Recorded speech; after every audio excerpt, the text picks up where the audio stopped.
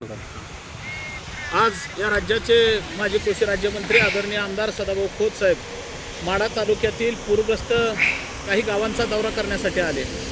उंदरगाव येथे काही ग्रामस्थांच्या माध्यमातून सदाभाऊंना प्रतिप्रश्न करण्यात आला की तुम्ही 14-16 वर्षानंतर या मतदारसंघामध्ये फिरताय।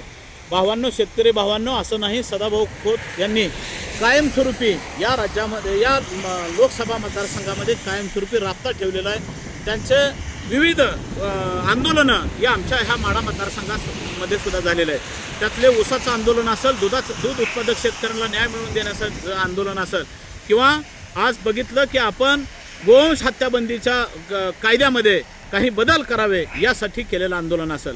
म्हणजे सदाभाऊ हे या माढा लोकसभा मतदारसंघामध्ये सुद्धा सारखं शेतकऱ्यांच्या प्रश्नावर अग्रेसर राहिलेले आहेत। आणि त्याच माध्यमातून सदाभाऊंना आज बघितलं की माढा लोकसभा मतदारसंघामध्ये मोठ्या शक्तीच्या विरोधात 2014ला सर्वसामान्य जनतेलाच बरोबर घेत, सोबत घेत 5.25 लाख मतं मिळाली।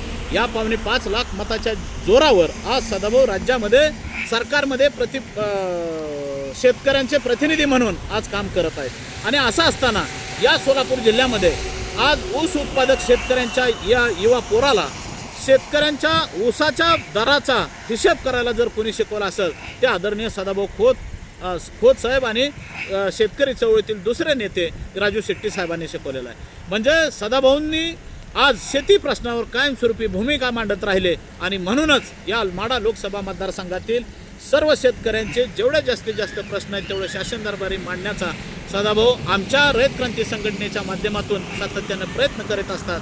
आणि आजही या पूर्व भागातील दौऱ्यामध्ये सुद्धा सदाभाऊंच्या जो उंदरगाव वगळता इतर सगळ्या गावांमध्ये जो शेतकऱ्यांचा प्रतिसाद मिळाला तिथले प्रश्न सदाभाऊंनी समजून घेतले आणि शासन दरबारी या सगळ्या पूरग्रस्त भागातील लोकांना जास्तीत जास्त अनुदान आणि जास्तीत जास्त मदत कशी मिळवून देईल याविषयी सुद्धा सदाभाऊंची अग्रेसर भूमिका राहील।